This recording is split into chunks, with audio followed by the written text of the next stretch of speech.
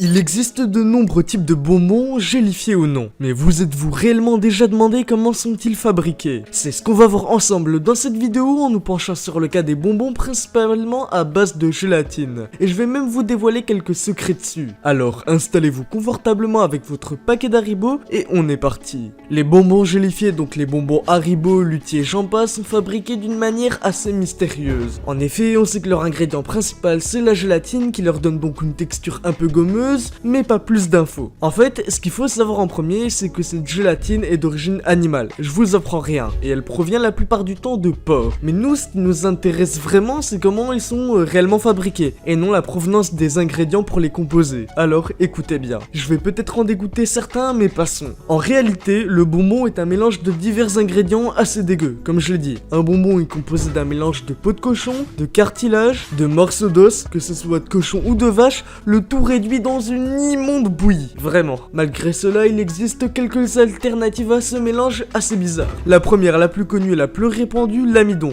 un glucide très important pour le corps humain. La deuxième, un peu moins connue mais quand même connue, la gomme gélane, une sorte de gélifiant utilisé en agroalimentaire. Et pour finir, une méthode un peu moins connue pour remplacer cette immonde bouillie, l'agar-agar, une poudre gélifiante. Quant au reste de la composition des bonbons, il s'agit simplement de divers sucres, de pas mal de colorants et parfois de pectine. Vous savez là, le petit truc qu'on a dans les confitures ou encore dans l'amidon. Ouais, encore lui. Tous les ingrédients que je viens de vous lister là, ils sont alors mélangés et cuits, ce qui va donner une matière de base qui, elle, permet de fabriquer de multiples variétés de confiseries. Pour les bonbons uniquement gélifiés, par exemple, la forme est imprimée grâce à des moules dans de l'amidon, puis dans de la pâte coulée dans les empreintes du moule, avant de subir une tonne d'opérations qui visent à rendre le bonbon plus beau visuellement et donc esthétiquement, et accessoirement plus attrayant. Ces opérations permettent également en général de rajouter un peu de goût au bonbon, mais cette étape est normalement faite à la fin. Il existe également des bonbons qui ont pour forme originelle les pâtes aérées coulées. Pour les pâtes aérées coulées comme les meilleurs bonbons de cette planète, les bananes et les fraises, mentez pas, les formes sont d'abord imprimées dans de l'amidon, puis un battage permet d'aérer la pâte formée auparavant, l'arôme est ensuite ajouté grâce à des sortes de sprays, et après on sèche le tout, on le démoule, les bonbons sont versés dans une turbine où ils sont enrobés d'un mélange de sucre dit fin, de colorants et d'arômes. Comme vous le voyez depuis le début de cette vidéo, il n'y a rien de très compliqué. Mais maintenant, pour toutes les autres sortes de bonbons comme les berlingots, le caramel, etc.,